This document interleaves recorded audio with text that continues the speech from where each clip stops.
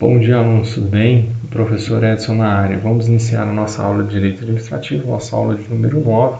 Na aula de hoje nós vamos falar sobre contratos administrativos, contratos da administração pública. Nós vamos falar do seu regimento, onde ele está, quais as suas características gerais e algumas exceções. Pronto para a aula?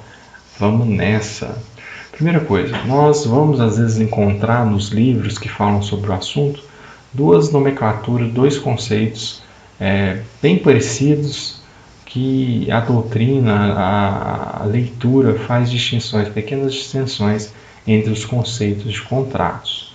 Nós temos os contratos administrativos e os contratos da administração. Qual que era, antes da Lei 8666 de 93, qual que era a distinção entre esses dois tipos de contratos?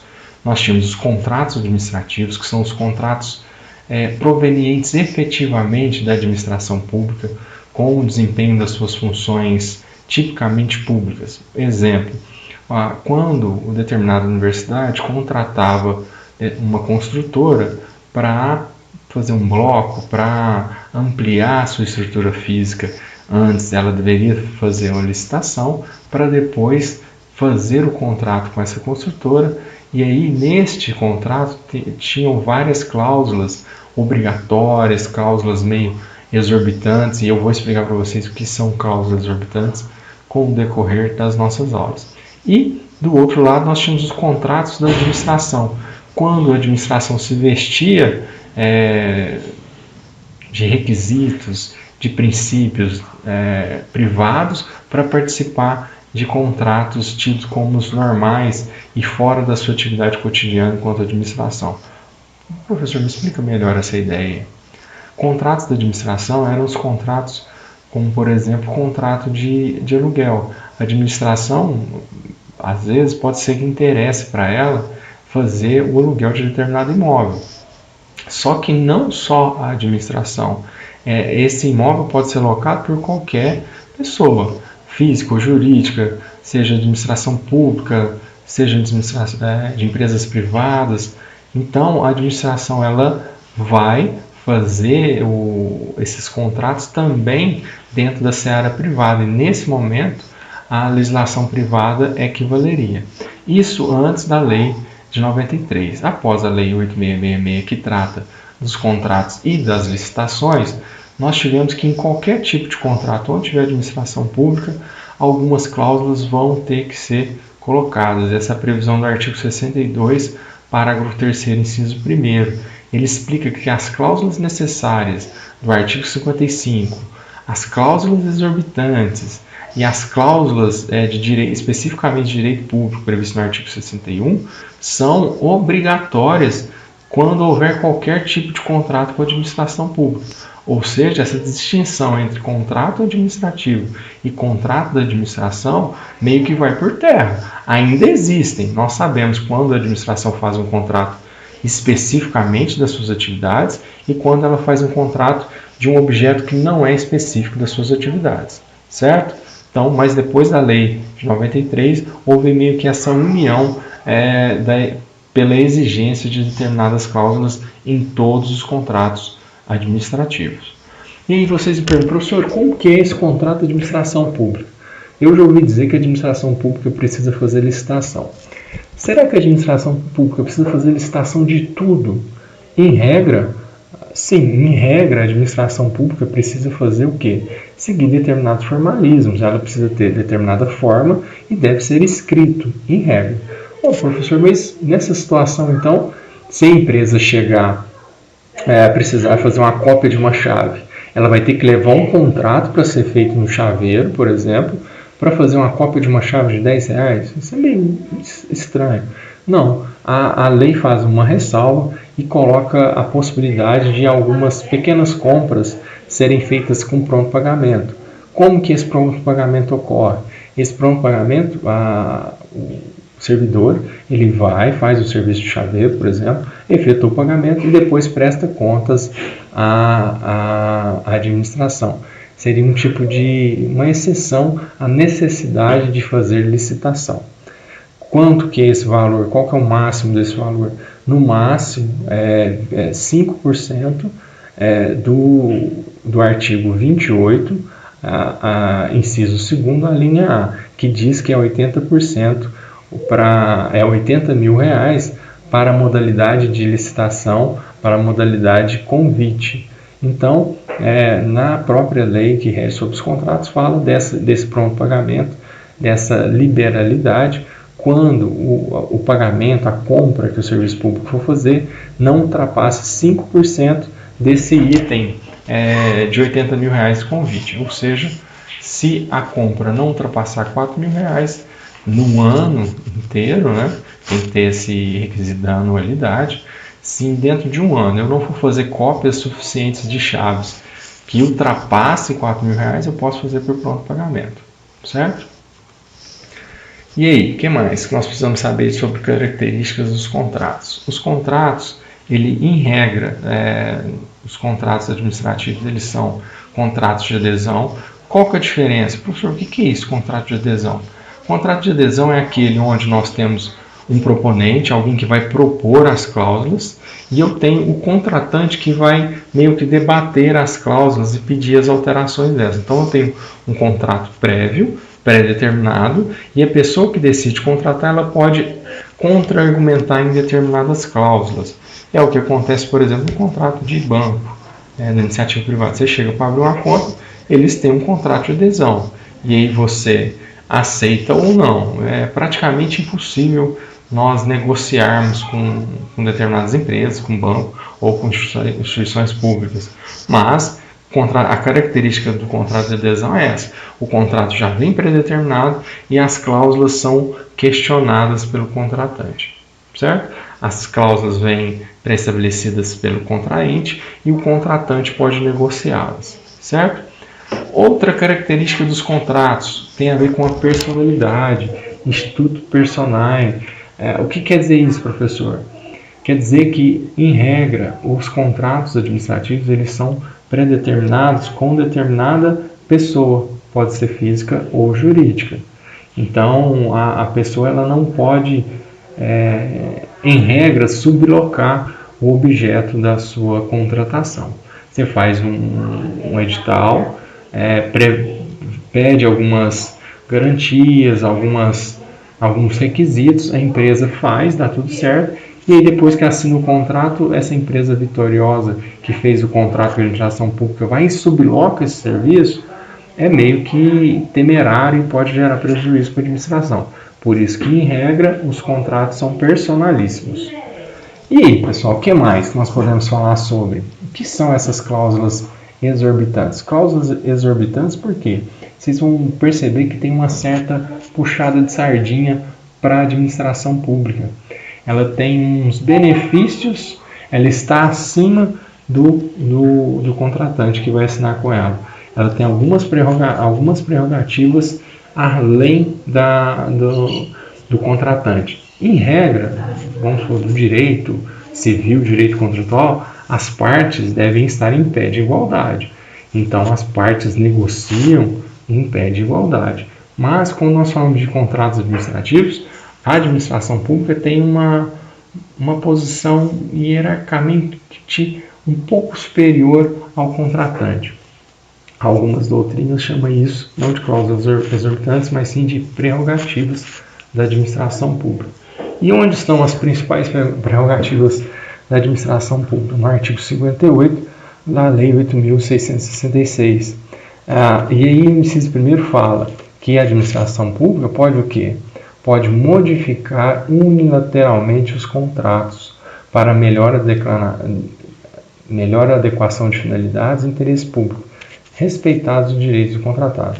Ela vai respeitar os direitos do contratado, mas ela pode modificar unilateralmente os contratos. Ela pode fazer uma supressão, fazer um aumento em determinada cláusula, pode, desde que ela consiga justificar ou motivar, ela pode modificar unilateralmente os contratos. Quando a gente está falando de contratos entre particulares, não tem isso. Contratos entre particulares não pode haver uma modificação unilateral, tem que estar sempre, podem haver modificações, mas desde que entre em acordo, desde que as partes estejam em acordo. E aí, o que mais? A administração pública ela pode rescindir o contrato unilateralmente, também sem anuência do contratante, sem anuência da outra parte. Que mais? A administração pública ela pode fiscalizar a execução de contratos em uma relação entre particulares. Essa fiscalização também pode ocorrer. Você contrata uma pessoa para construir um imóvel em seu nome, você pode ir lá com determinada frequência, verificar se a obra está sendo executada de acordo com o que você preestabeleceu no projeto e tudo mais. Isso acontece entre os particulares. Entre o público e o privado, isso também acontece, só que majorado um pouco mais difícil. Por quê? Porque se durante a fiscalização a administração pública perceber que algo errado está acontecendo, ela não vai simplesmente pedir restituição, ressarcir o que está acontecendo. Ela já vai aplicar sanções no contratante que está fazendo algum ilícito ou está prestando serviço de maneira inadequada. Então, a administração pública pode modificar unilateralmente, pode rescindir unilateralmente, fiscaliza a execução com muito mais gana, vamos dizer assim, e pode aplicar sanções desde que motivadas. Por isso a gente fala, e eu sou adepto a essa teoria, de que não são causas exorbitantes, são prerrogativas da administração. O que mais nós precisamos falar sobre? Nós temos a exceção do contrato não cumprido, de todos os contratos. Em regra, vamos supor que você contrata entre particulares. A empresa A é contratada para prestar serviço à empresa B. Ou o cidadão A contrata a empresa B para fazer essa obra dele, essa construção desse imóvel, certo? A partir do momento que o contratante, o dono da obra, deixou de pagar, a empresa de engenharia pode parar de trabalhar. Se eu não estou recebendo, eu não vou trabalhar. E eles estão em pé de igualdade. Na administração pública não é bem assim que acontece. Vamos supor que a administração deixe de pagar, imediatamente a empresa que é contratante dela não pode deixar de prestar o serviço. Não, professor, então vai ficar no prejuízo? Não, o que acontece? Depois de 90 dias que a administração pública não está pagando a sua contraparte no contrato, a empresa pode entrar na justiça e pedir o encerramento do contrato, pedir para parar de prestar o serviço até que sejam quitados os débitos anteriores. Então tem algumas certas garantias. Então, contratar com a administração pública tem seus benefícios e seus malefícios. Para a gente decidir pela contratação ou não com a administração, eu preciso entender esses requisitos, esses pontos. O que mais que nós precisamos saber? Contratar com a administração também significa que eles vão exigir algum tipo de garantia do contratante. Se você faz o seu contrato, você é o dono da obra e contrata a empresa para fazer o seu imóvel, você vai pedir caução, pedir garantia dessa empresa, caso essa empresa suma, não conclua o serviço, você pode até pedir, mas hoje em dia é muito raro você negociar com determinadas empresas, conseguir fazer essa negociação, essa alteração de cláusulas, é bem difícil. Nós estamos falando de um contrato de adesão, que é o contrato de administração pública, e dentro dele já vem uma exigência de garantia, que pode ser uma caução em dinheiro, pode ser uma fiança bancária ou um seguro-garantia. Se for um seguro-garantia, ele pode ter algumas porcentagens dependendo do momento. Se for durante a habilitação do processo licitatório, pode ser exigido do contratante um seguro-garantia de 1%. Durante a fase de contratação, pode ser exigido o seguro-garantia no valor de 5% do valor do contrato. Esse 5% é para caso a empresa venha assumir, se a empresa venha à falência, esse 5% meio que vai tentar pagar algumas débitos trabalhistas, tentar diminuir os prejuízos que a administração sofreria. Certo. Professor, e pode ser mais? Pode. Nós temos outras duas hipóteses onde esse seguro-garantia pode ser 10% do valor da obra ou serviço. Quando nós estivermos diante de obra, serviço e fornecimentos de grande vulto, nós estamos falando aí de valores astronômicos, 10 milhões, 20 milhões, nós estamos falando dessa seguro-garantia de 10%. Ou em parceria público-privadas, porque essas parcerias geralmente são bem maiores que os 5 anos que são previstos em contratos administrativos. Então, para minimizar os riscos da administração, o seguro-garantia em parcerias públicos-privadas é de 10%. E aí, senhores e senhoras, o prazo de duração e prorrogação dos contratos. Qual é o prazo dos contratos públicos, dos contratos administrativos? Em regra, toda administração pública faz contratos de 12 meses. E esses contratos podem ser prorrogados a cada 12 meses até completar 60 meses. Então, no máximo de 5 anos. Essa é a regra. Existem algumas exceções? Existem exceções. Por exemplo, os projetos que são previstos no plano plurianual. E aí você, quando fizer a licitação, você vai explicar. Trata-se de um projeto previsto no plano plurianual e esse projeto vai durar mais do que 5 anos, vai durar 8, vai durar 10, vai durar 15. Desde que você explique e coloque previsto isso no objeto licitatório, é válido. Beleza, ótimo. Uma outra exceção. Em regra, 60 meses, mas pode haver uma prorrogação extraordinária de 10 meses, quando a administração pública não estiver conseguindo fazer nova licitação, quando tiver qualquer tipo de problema, ela pode ainda prorrogar por mais 10 meses para tentar regularizar a situação de licitação daquele contrato. Certo? Quando nós estivermos falando de locação de equipamentos de informática, nós temos que os contratos para locação de equipamentos de informática são de 48 meses. Tem a ver com uma lei que foi feita especificamente para licitação de produtos de informática, que trouxe essa exceção de não sendo 60 meses, sim 48 meses. Beleza. Pode ser maior? Pode. Nós temos a previsão que alguns contratos podem durar até 120 meses. São casos especiais quando, por exemplo, a ruptura e a licitação desses contratos cause risco para a segurança nacional, certo? E aí, de quem é a responsabilidade pela má execução do contrato administrativo? Segundo o artigo 69 da lei, o contratado, que é quem assina com a administração, é obrigado a reparar e corrigir, quando o objeto do contrato se verificarem vícios, defeitos ou incorreções resultantes da execução ou de materiais empregados. Então nós estamos falando de quê? Contratos que finalizam e têm os objetos com vício. E esses vícios podem ocorrer de execução pelo projeto, né, do serviço que foi contratado, ou pelo material empregado. Nesse caso, quem é o responsável é o contratado. Um processo administrativo e judicial para a reparação desse dano à administração pública. Agora, em termos de orientações gerais sobre o contrato, quando o contrato ele é extinto? Quando ele cumpre a sua função, quando o serviço é prestado na sua integridade e finaliza-se o prazo, o pagamento é efetivado, nós tivemos uma extinção pela conclusão do objeto. Esse contrato ele pode ser anulado caso ele tenha sido feito de forma ilegal, caso a licitação tenha deixado de observar algum preceito básico, esse contrato pode ser anulado. Beleza, então a anulação ocorre antes da assinatura do contrato. Ocorre por fatos que ocorreram antes da assinatura do contrato. E aí podem ter casos de rescisão que são como que ocorre essa rescisão?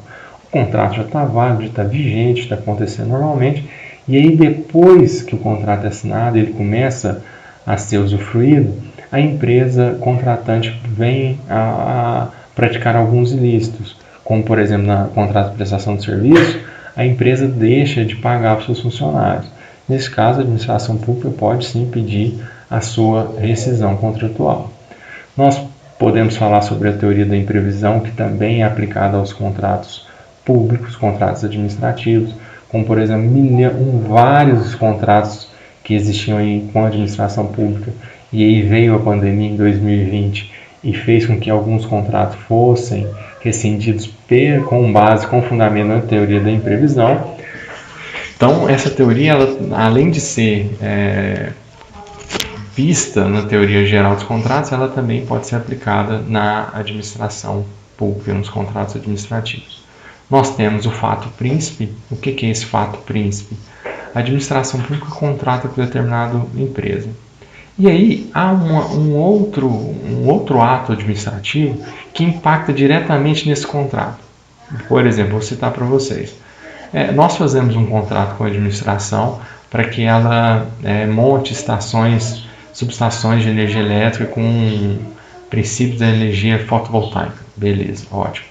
E aí faz todo um contrato pré-estabelecido em preços, e aí de repente a administração pública, não aquele órgão contratante, a administração pública em geral, o Poder Legislativo, por exemplo, vem e faz uma lei que taxa a importação desses produtos voltados para energia fotovoltaica. Isso vai fazer o quê? Isso vai encarecer a contratação, vai encarecer os custos da empresa que contratou com a administração pública. Nesse caso, ela pode pedir uma repactuação com base no fato príncipe. O que é isso? É o fato o fato que causa o aumento desse contrato, a disparidade contratual, foi promovido pela própria administração pública, certo? E quais são os principais contratos da administração pública? O contrato de obra, serviço de engenharia, o contrato de serviço, prestação de serviço mesmo, serviço de limpeza, serviço de motoristas com ou sem veículo, serviço de fornecimento de materiais de escritório, materiais de limpeza. Então, e os convênios. O que são os convênios? Os convênios é quando a administração pública vai repassar dinheiro para instituições privadas, para empresas privadas, instituições privadas. Ela precisa ter algumas regras. Então, a instituição pública, ela faz contratos públicos, segue a licitação, mas em alguns momentos ela vai fazer parceria, ela vai fazer convênios e aí ela vai receber serviço em contraprestação, ela vai passar recursos para essas entidades privadas. Pessoal, essas são as principais características, os principais itens do contrato administrativo. Espero que vocês tenham entendido. Qualquer dúvida, estou à disposição. Abraços.